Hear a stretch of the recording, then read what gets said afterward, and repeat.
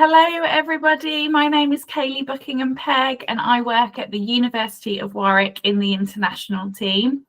I'm going to speak to you today about personal statements, a very important topic for when you are thinking about applying to study in the UK. So without further ado, I'll get started. On today's agenda, you will see that I'm going to tell you a little bit about Warwick just for a couple of minutes, just to set the scene before we get right into the UCAS application and personal statement. I'm going to discuss with you what supercurriculars are. It's probably not something you're familiar with, and that is fine. And then your next steps and what you can be doing to prepare. And then I'm going to give you lots of helpful resources and tips as well. And then if you do have questions, of course, you can contact my lovely colleagues at IEC if there's anything that you want to ask. So just a little bit about Warwick to set the scene so that you can have an idea about the University of Warwick if you're not familiar with us. We are a top 100 in the world university. So this year we are ranked 74th in the QS World Rankings, and we're also top 10 in the UK. And you can see in the bottom right there that we are 7th in the UK in the Guardian. But there are two other league tables that you might like to look at. So there is the Times and Sunday Times league table, and there's also the Complete University Guide. These are the three league tables that most universities in the UK refer to. So it's great for you to know that Warwick is in the top 10 in all three of those rankings. And then one other number to highlight to you, different from rankings, is in the bottom right of the screen is 300 plus societies and sports clubs. So thinking about the fun side of university, every university has its own students' union, and there's lots of different extracurricular activities you can do outside of your studies. And so Warwick has a lot of different things that you can do when you're not doing your essays and your research and everything like that. In terms of courses that you might like to apply to at Warwick, you can see our three faculties here, and under each of the faculties you will see all of the different departments. So we've got over 400 different degree programs that you can choose from across these three faculties. So you'll see arts, sciences, social sciences. Hopefully there's something there that interests you. They all have different entry requirements, so that is definitely something you will need to ask us for. But yeah, and you can do combinations as well. So if you'd like to do a joint honours programme, you can pick two different subjects. So for example, economics and management, or history and politics, or you might like to even try three different subjects. For example, PPE, politics, philosophy and economics, is a really popular combination of courses that you can do. But let's get on to the main subject of today. So this is UCAS. If you don't know what UCAS stands for, it's the Universities and Colleges Admissions Service. So this is the main way, if not the only way, that you can apply to study an undergraduate degree in the UK. So it's been running for many, many years, and they process millions of applications every year from all around the world. But also their website is really useful and has lots of videos on there, lots of blogs, lots of information for you to help you with your UCAS application. So it opens in September, and obviously we're in November now, so applications have been trickling into Warwick and all universities around the UK. And some universities have even started responding to those applications and sending out offers as well. Every year in October, there is an early deadline if you want to apply for Oxbridge. So Oxbridge is the University of Oxford or University of Cambridge. You can only apply to one of those. And then also if you want to do a course in medicine, dentistry or veterinary sciences, you also have to abide by this early deadline. It's the same every year, 15th of October, so you can't forget it. Then for every other university and every other course, you can apply all the way up until January. This deadline does change every year. So this year, or 2026, is going to be 14th of January. So just make sure that you make your application by the 14th of January through UCAS. It's really important, in particular, if you're applying to a university like Warwick or other Russell Group universities or universities in the top 10, top 20 in the UK, because generally those top universities are very, very competitive, very selective, and their courses will be full by that January deadline. So that's why it's so important that you get your application in on time. I won't dwell on the last bit, but then typically over the next few months after that, you have to do some waiting to get all your offers back from the universities. And then you tend to make your decision then in June on where you'd actually like to go. So just really quickly as well, let you know that this is just one single application that you're going to make through UCAS. So your application goes to 5 different universities. So it's very different to say if you were applying to the US, where you would apply to each university a separate application. In the UK, we've tried to simplify it for you. You make one application and that goes to up to 5 different university choices. So that's why it's really important that you do your research and you narrow down your options, because there's a lot of courses for you to choose from. Right, so now I'm going to talk specifically about your personal statement, because it's a very big part of your UCAS application. You can see what else you will have to include on the UCAS application on the screen now. So personal details, your 5 degree choices, your 5 university choices, then all of your grades that you've achieved so far, and then also your teachers will normally give you a predicted score of what they think you're going to get in your final year of your studies, and that helps the admissions tutors at universities decide on whether they think you're going to meet their minimum entry requirements. Then your personal statement, which is what we're going to get into detail now. And then finally, you also have an academic reference, which is also sometimes called the teacher's reference. That's also an important part of the UCAS application. So onto the personal statement. What is it?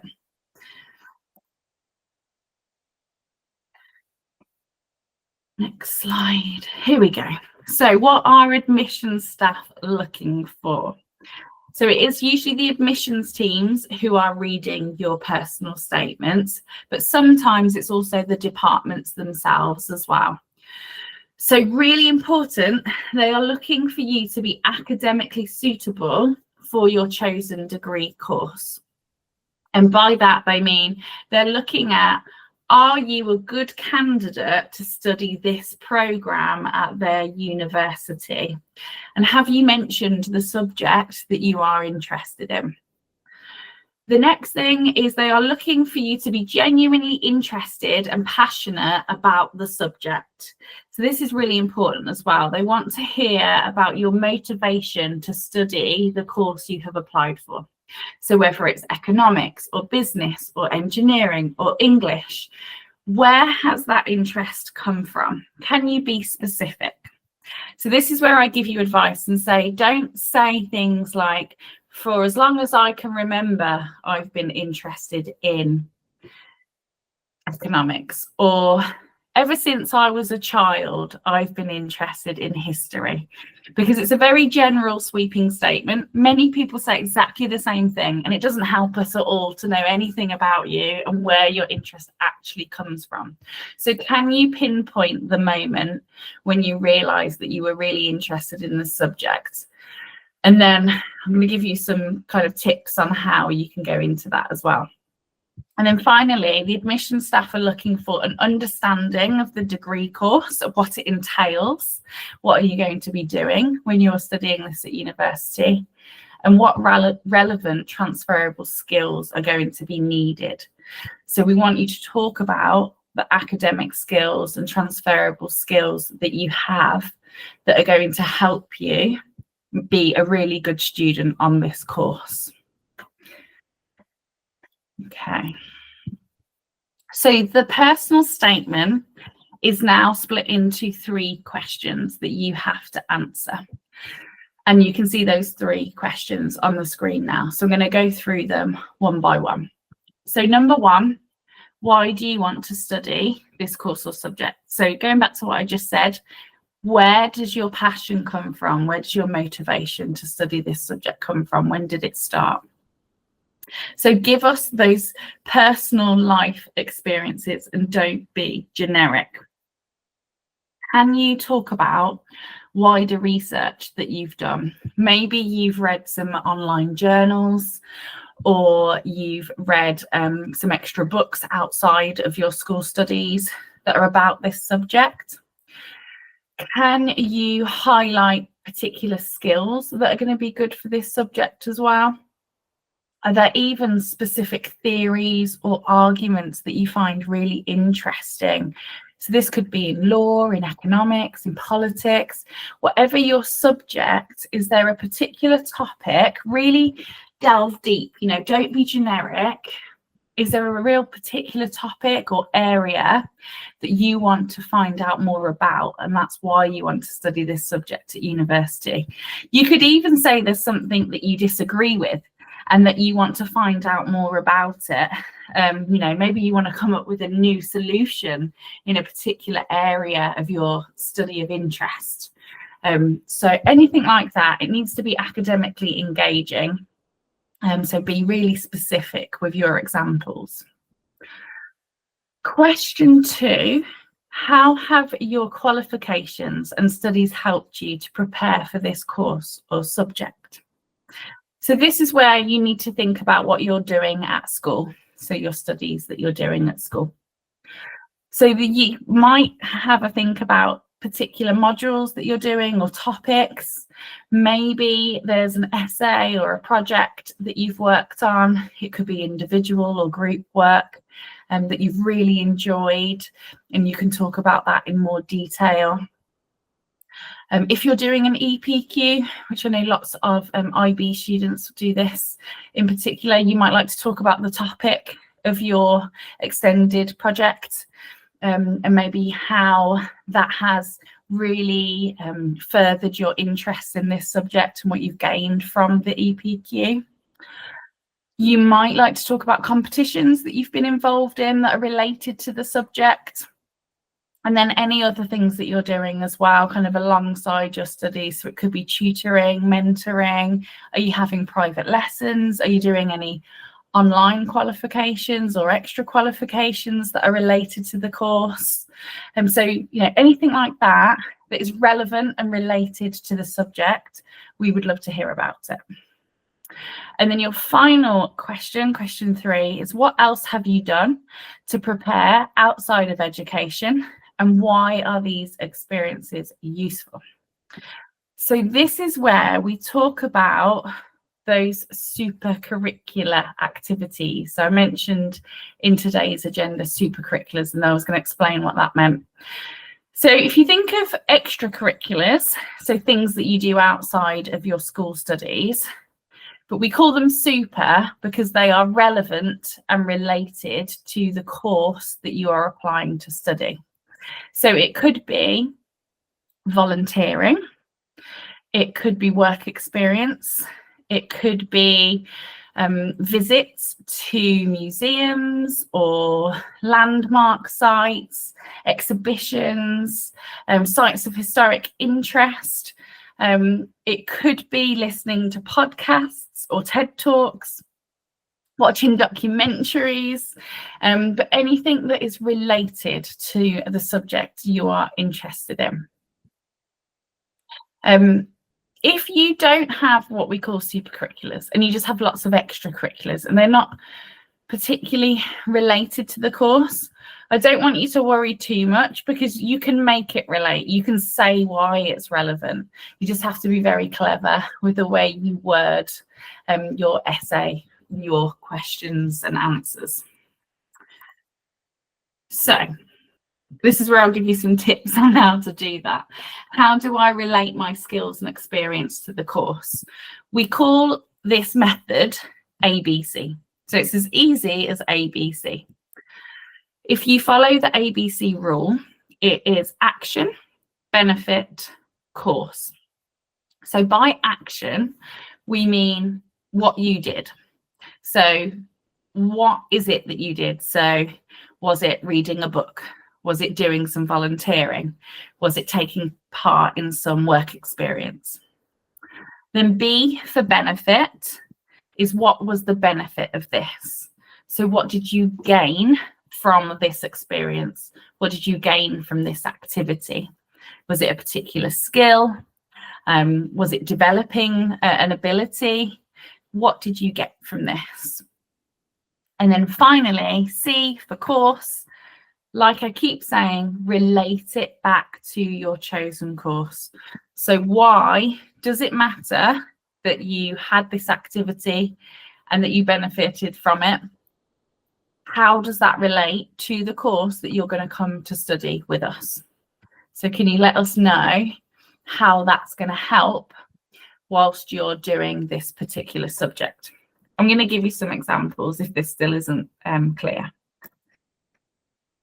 So let me just get it all up on the screen at once. It's a bit easier then. Right. So some examples. So the action, for example, could be a school project. So say you've been working on a school project. That's your action. And then you'll see next to action, we've got benefit. So we've listed here some of the skills or abilities gained. So the benefits that came from this action. So we've got teamwork and leadership, demonstrating technical skill, time management and multitasking. These are all so important for pretty much every university degree course that you can think of. Creativity and passion, trialing new methods of problem solving, and explaining complex processes to others. So these are all really valuable benefits that you could mention that you have gained from doing a school project, for example. Then finally, you have the course. So how does this relate to your management course, your engineering course? How is this going to help you when you come to study this programme?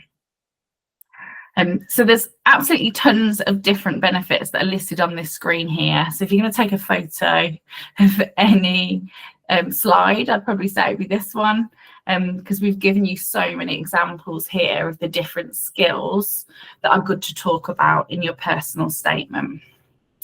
So you've also got presentation skills, public speaking, quick thinking, current affairs awareness. That's really important, particularly if you want to do something like politics or law. Then at the bottom, we've got passion, communication skills, cultural sensitivity and capital. Working with others, really important for university because you do a lot of group work. Budget awareness, that's a really interesting one if you've got that, you know, if you've had some experience with work experience or volunteering. Maybe you'll need that if you're going to do like an accounting and finance course. Report writing and evaluation as well. So that's important for most degree programs. So again, pick out those benefits from the different things you've been doing and relate it back to the course. Why is that going to help you? So hopefully that makes that part a lot more clear. Then we've got some practical tips. So a bit more kind of do's and don'ts for you when it comes to writing your personal statement. So some of them are going to seem really obvious, but leaving yourself plenty of time. So I mentioned that it's open now to apply, or if you're thinking about 2027 entry or beyond, you know, it opens in September. but you've only got until January, and I'm sure you'll have lots of other school things happening. You might have Christmas or other religious holidays to celebrate, so it might not be as much time as you actually think. So just make sure that you do give yourself lots of time, and usually your school will probably have an internal deadline that they want you to meet as well, where you have to get the application into your teachers to check over for you. Obviously, they can look through it and proofread it for you and look at your spelling and grammar, but do have a look at that yourself as well. I always recommend you can use some sort of word processing software like Microsoft, but there are others available, and you can type it out into that, and obviously that picks up on really obvious errors, and then obviously get someone or more than one person to read through it, and they can pick up on any other errors that you might have made. Don't waffle, because you only have 4,000 characters. So it might sound a lot, but it really isn't, particularly if you're a very active student and you're doing lots of different things in your spare time. You've got lots of skills that you want to talk about. We don't want you to repeat yourself. And I've got another point around this in a second as well. Don't copy. I'm coming back to this. I've got a whole slide on it. But yeah, don't go using Google to find economics personal statements, because how many people do you think have done that before? They've got them all in a big system on UCAS. They do have software to check. And if they find that a certain percentage or more of your UCAS personal statement has been copied from elsewhere, then it will be automatically rejected. Avoid lists. I don't think you'll need to have lists now anyway, because they've broken the personal statement down into those 3 questions. But you could have been forgiven in the past, before you had these 3 questions, to maybe want to do bullet points or numbers and things to try and remember all those skills and examples that you want to give. You could do that when you're writing it out to begin with, but then get rid of those bullet points and those lists and make it flow a bit more like a normal assignment or essay, because that's how it should read.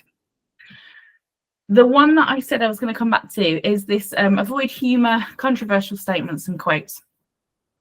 These aren't going to really, stop you getting a place at university, but just think your sense of humour might be very different to our admissions tutor's sense of humour. So that's the first thing. So it's good to avoid humour. 2, I think this goes without saying, but controversial statements. Of course, all universities believe in freedom of speech, but your personal statement is not the place to start kind of putting sweeping statements or controversial statements in. But the most important one here is the quotes. We don't want to hear other people's words. We want to hear your words. Every year, people still put in quotes. Again, it's not going to lose you a place at university, but you are wasting characters. We don't want to hear Einstein's words. We don't want to hear philosophers' words or Nelson Mandela. We all know that they're really inspirational people, but we want to hear your words. And because you've got such limited space, we just want to hear about you and your personal experiences. Okay? So I said I was going to come back to this. So this is a bit different to kind of copying. Obviously, don't copy chunks of text that you found online, that sort of thing. This is more about AI, so ChatGPT or other tools that you will, I am sure, have heard of. So here's what UCAS says about AI. They do say it could be considered cheating, and it could affect your chances of getting an offer. So you do have to declare, when you've done your UCAS application now and submitted it, you do have to declare that your personal statement has not been copied or provided from another source, including AI software. So they're going to ask you. So this is where you need to have your integrity and you need to be honest. We want you to click, no, I haven't used AI for this. This is Warwick's take on it, okay? So we think it's best not to risk it because of what UCAS have said.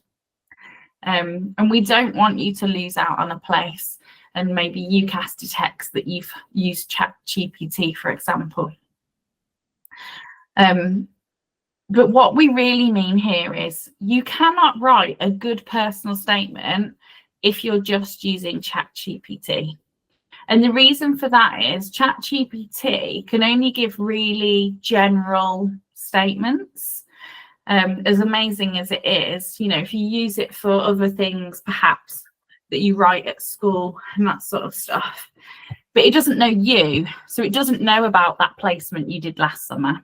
It doesn't know you and that you've been a school prefect for the last 6 months. It doesn't know you and the reasons why you're so obsessed with studying engineering or economics or whatever it might be. So ChatGPT cannot answer those questions for you and give those specific personal experiences. Only you can do that. And that's why we would say to avoid ChatGPT when it comes to writing a personal statement. That being said, what I would suggest you can use it for is if you're struggling just for the flow, you know, maybe you are a lists person, maybe you're dyslexic. You know, this can be a really useful tool to just give you some suggestions of the sort of nice words that you can use or the flow of sentences. But you are giving the personal examples, and you are giving those motivations, those skills, those abilities, okay? So for the most part, avoid, but if you absolutely must, you could use it to help you perhaps structure those answers. I hope that makes sense. Okay. So there's a few FAQs here now that come up really frequently. That's why it's an FAQ. So for 2026 applications, is there a minimum character count per section? So for each, of those 3 questions, there is a minimum character count. So that's 350 characters per section. So remember, you've only got 4,000 characters for the whole personal statement. You don't have to write the exact same amount as your answers for each question, but the minimum is 350 characters for each. Hope that makes sense. And obviously you want to avoid repeating yourself for any of these questions. So make sure your answers are really relevant to the question and you're not repeating yourself for all 3. The next question that comes up a lot, my study has been negatively impacted by personal circumstances. Should I mention this in my personal statement? So the short answer is no. The long answer I'll read to you now. So your academic progress and attainment may sometimes be affected by circumstances beyond your control. As space in your personal statement is limited, we suggest you either ask your teacher to include this information in their reference, or alternatively, you can complete an extenuating circumstances form.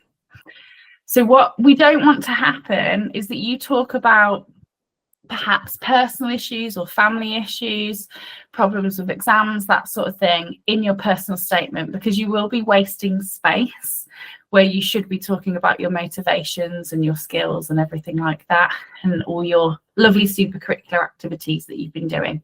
There is a different place that this information can be put. So just to repeat, your teacher could put it in their academic reference for you, or there is a form that you can fill out if it's really serious and you need to highlight it to us. But please don't put it in your personal statement. Okay, then I think one final frequently asked question, and this is very Warwick specific, okay? So if you're thinking about applying to us as one of your 5 choices, although remember it is only just one of 5, so if you're applying to 4 others, you might want to check their take on personal statements. But basically at Warwick, our most important factor is going to be your entry requirements. It's going to be your grades and what you have scored and what you are predicted to score in your final year. So that is going to be the most likely factor on deciding on whether you get an offer to study with us at the University of Warwick. Particularly those courses like economics, engineering, business, you know, that are really popular. That being said, if we have lots of students who apply with the same entry requirements, so they're all applying with 38 IB points, and that's what we ask for a lot of our courses, then we do need to look at the personal statement to decide between students and, who's got the best personal statement, who is the most engaged in this subject, who has been doing lots of different super curricular activities, who really recognises what skills they need for this course. Then that's the next thing that we will look at to help us decide between many, many students, possibly thousands, with very similar grades. So hopefully that makes sense. So for us at Warwick, it tends to go grades most important, and then the personal statement to differentiate between very similar candidates applying. There's also a note here on joint honours courses. So, before I mentioned you might look at something like economics and management. You might look at history and politics, maths and physics. How do you write a personal statement when you've got more than one subject to talk about? So we obviously are more likely to have a really good read of your personal statement if you're looking to apply for joint honours, because we just want to check that you've spoken about both subjects in your personal statement. If you're going through for a course that's more than 2 subjects, so PPE, PPL, for example, you only need to speak about 2 of the subjects, because we realise that it's going to be really difficult for you to mention all 3. So pick out the 2 that you're most interested in. Hopefully that makes sense. Right. So this is a bit for you now to just have a little reflect, and there's some questions I want you to kind of think on. So, you can take a picture of this screen, or you can just come back to it at a later time. But I want you to think, get the course in your head. What is it that you want to study? Why do you want to study this subject? What are your best and most relevant achievements? If you are the sort of person that's doing so much stuff in their spare time, we need you to pick out the best ones that are most relevant to the subject. How do my experiences support the points I'm trying to make? So this is going back to ABC, action, benefit, course. What benefits are you getting from those actions that you've made? So those experiences. Can I provide an alternative viewpoint to this theory? So this is the bit where I talk about it being academically engaging. Is there a different argument that you have about something you've learned at school or in a text that you've read? Let us know your thoughts on this subject, because we like students who are curious thinkers, and you're really thinking about what you want to learn from studying this at university level. And then finally, one that I haven't mentioned yet is, how will this degree help my future career goals? We realise you're probably 16, 17 years old. You may not have decided what you want to do when you graduate yet. That's absolutely fine. But if you have a vague idea, it's really good to just mention it briefly and say, 1 or 2 lines, this is what I think I want to do with my degree in the future, and this degree is going to give me the skills to get there. That's it. And then another thing to reflect on now at this point, do I have enough to write about? And this is important because, like I say, you do need to answer these 3 questions. You do have 4,000 characters that you can use in total, but do you have enough to talk about? So if you're not the sort of person that's doing loads of different things in their spare time, then, this is now your chance to, sign up for a few things. So I've got some examples of what you can do. A lot of these can be accessed for free and from home. So, you don't have to have contacts to help you find work experience and volunteering opportunities. These are all things that you can do really easily from sitting at your laptop or sitting on your mobile phone. Books. Physical books from the library, from the shop, but also online books as well are just as good. Audible books, podcasts, Academic blogs. So, these are available across university websites, but there's also a lot of online academic blogs as well. Magazines, news, radio programs. There's lots of learning apps as well now. There are free online courses that you can access. Lots of universities as well across the world will do online lecture series and that sort of thing. You might have watched a few academic talks on YouTube, maybe TED Talks. We like to hear about those if they're relevant to the course. Documentaries.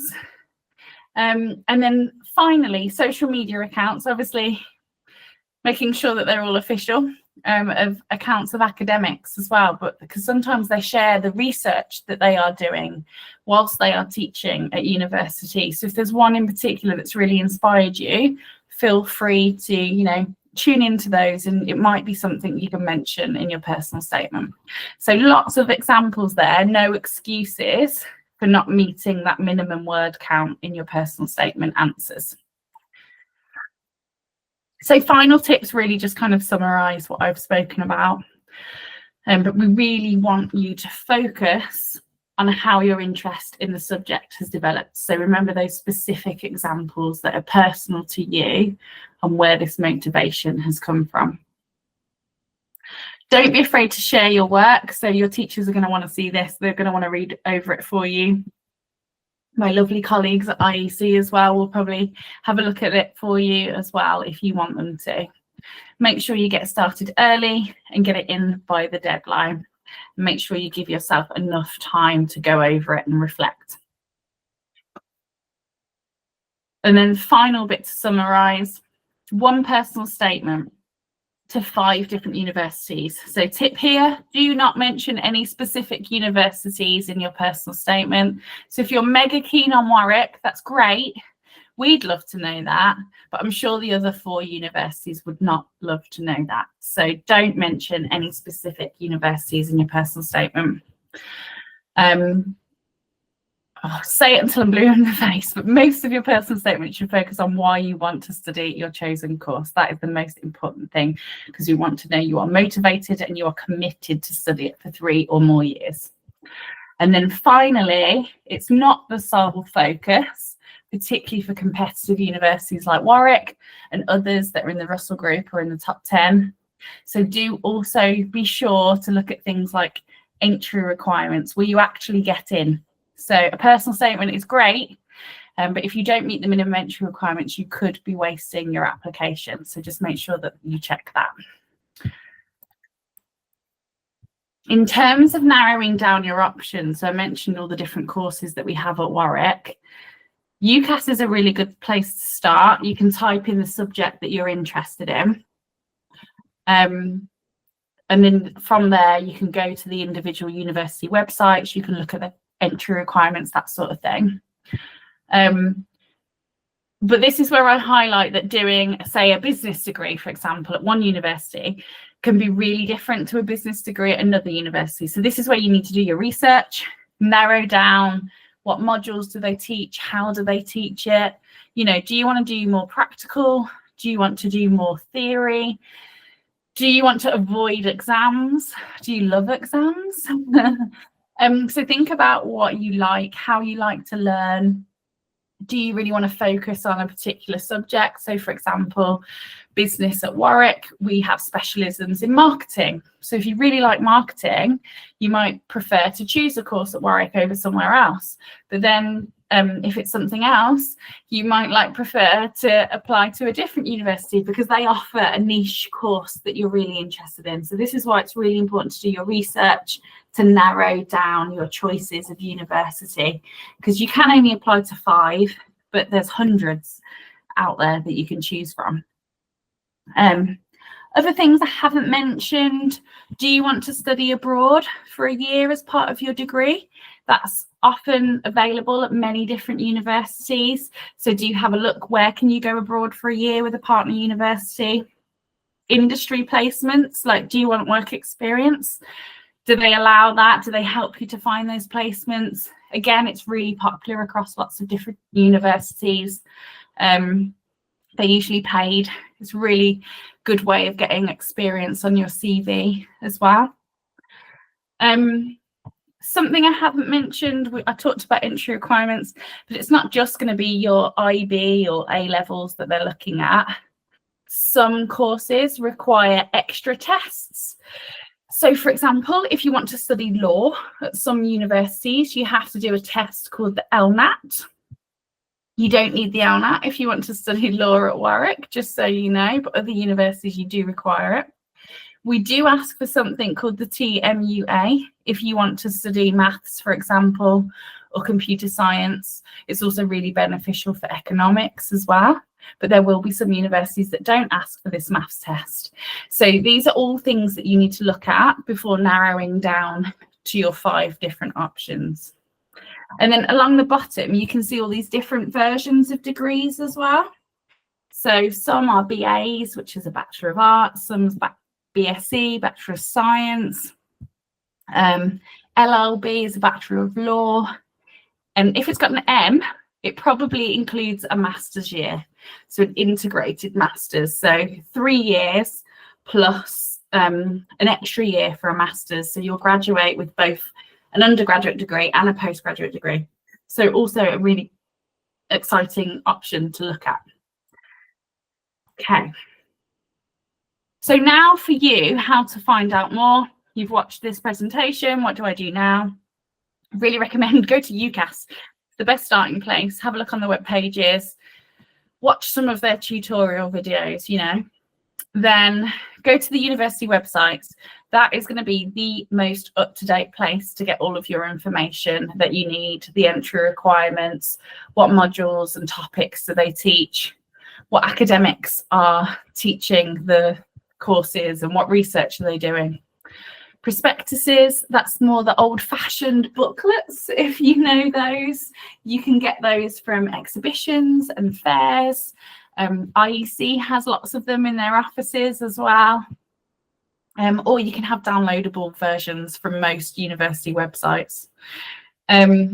Look at current students maybe and chat to them. So, you know, you can get in touch with current students at different universities by going onto their web pages. Sometimes they have blogs, or they'll have chat sessions and panels, that sort of thing. If you're lucky enough to be able to fly over to the UK, we'd love to welcome you. We can show you around. You can attend an open day. And also summer schools are a really great way to get to know universities better as well. So our Warwick Virtual Open Day was yesterday. So whilst you've missed the live version, there are lots of recordings on the Warwick web pages, and it's all different academic sessions. You can find out more about accommodation at Warwick as well, though. You can hear from the current students, all sorts of information for undergraduate students on the Warwick Virtual Open Day, and that was yesterday. So like I say, do a little Google search. Hopefully you can find it quite easily if you want more information. We also have this thing called UniBuddy. Lots of universities have a UniBuddy. This is a really cool way to chat to current students. So on there, we've got, I'm not sure how many, but lots of current students at Warwick across all different courses, and you can ask them questions about their student life, their experiences, and what it's like to study different programs at Warwick. And then if you want to find out more specifically about Warwick, you can scan the QR code. That takes you to a little form, and you fill that out and you would join our mailing list. But there's lots of other ways that you can stay in the loop with us. So you could book in a one-to-one chat with us. You can visit our departmental taster sessions that we sometimes have. And what was the other thing? And also the virtual open day, like I said. So all the videos are online for that as well. Right. Final thing, if you scan this QR code, this takes you to Warwick's undergraduate personal statement guide. So everything I've just said in a lovely little document that you can use and refer back to. So get your phone out, scan this QR code, and then you can just save it into your phone. Nice and easy. So thank you, everyone, and good luck with your personal statement writing.